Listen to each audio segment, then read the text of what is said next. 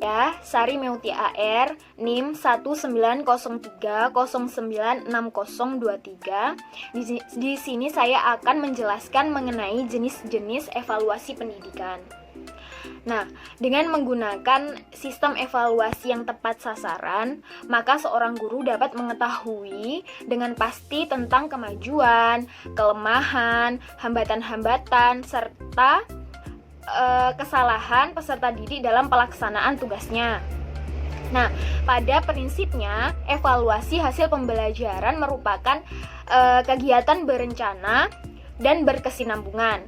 Oleh karena itu, ragamnya pun banyak dan bermacam-macam, mulai dari yang sederhana serta yang paling kompleks. Berikut yang akan saya jelaskan mengenai jenis-jenis evaluasi pendidikan. Yang pertama yaitu evaluasi formatif. Evaluasi formatif merupakan penilaian untuk mengetahui hasil belajar yang dicapai oleh peserta didik setelah menyelesaikan program materi pokok pada satu bidang tertentu atau bidang studi. Yang kedua yaitu evaluasi sumatif. Evaluasi sumatif adalah penilaian dilakukan terhadap hasil pembelajaran peserta didik yang telah selesai mengikuti pembelajaran dalam bulan semester atau akhir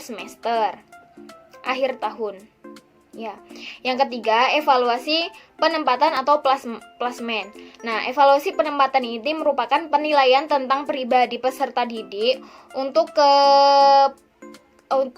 kepentingan penempatan di dalam situasi belajar. Kemudian yang keempat, evaluasi diagnosis. Nah, evaluasi diagnosis ini adalah penilaian yang dilakukan terhadap hasil penganalisis tentang keadaan, baik merupakan kesulitan ataupun hambatan-hambatan dalam pembelajaran tersebut. Dan jika memperhatikan evaluasi dari jangka pendek dan jangka panjang, maka jenis evaluasi pendidikan itu dapat dibagi menjadi 3 macam. Nah, yang pertama yaitu evaluasi harian, kedua evaluasi umum, ketiga evaluasi akhir tahun. Nah, saya akan jelaskan satu persatu. Nah, 1. Evaluasi harian. Ini adalah kegiatan evaluasi yang dilakukan sehari-hari atau dilaksanakan sehari-hari, baik diberitahu dahulu, terlibat dahulu atau tidak. Kemudian yang kedua evaluasi umum. Nah, evaluasi umum ini dilakukan pada akhir catur bulan atau akhir semester. Yang ketiga evaluasi akhir tahun ajaran. Ini dilakukan kepada atau terhadap murid-murid tingkat akhir. Kemudian, Muhyiddin Syah dalam bukunya Psikologi Belajar membagi jenis-jenis evaluasi menjadi 6 bagian. Yang pertama, evaluasi pretest dan posttest. Yang kedua, evaluasi prasyarat. Yang ketiga, evaluasi diagnostif. Yang keempat, evaluasi formatif. Yang kelima, evaluasi sumatif. Dan yang keenam, evaluasi ujian akhir nasional. Mengenai fungsi dan tujuan evaluasi pendidikan. Ketika menerapkan prinsip keadilan, keobjektivitasan, dan keikhlasan, evaluasi pendidikan berfungsi diantaranya. Yang pertama, mengetahui atau mengumpulkan informasi tentang taraf perkembangan atau kemajuan yang diperoleh murid atau mahasiswa dalam rangka mencapai tujuan yang telah diterapkan dalam kurikulum pendidikan dan silabus. Yang kedua, mengetahui prestasi hasil belajar guna menetapkan keputusan apakah bahan pelajar perlu diulang atau dapat dilanjutkan. Yang ketiga, mengetahui efektivitas secara belajar dan mengajar apakah yang telah dilakukan benar-benar tepat atau tidak.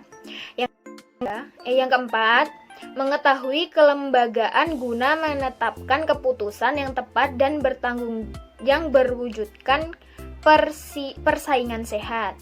Yang kelima, mengetahui sejauh mana kurikulum telah dipenuhi dalam proses kegiatan belajar mengajar. Yang keenam, untuk mengetahui murid yang mana terpandai dan belum mengerti di kelasnya.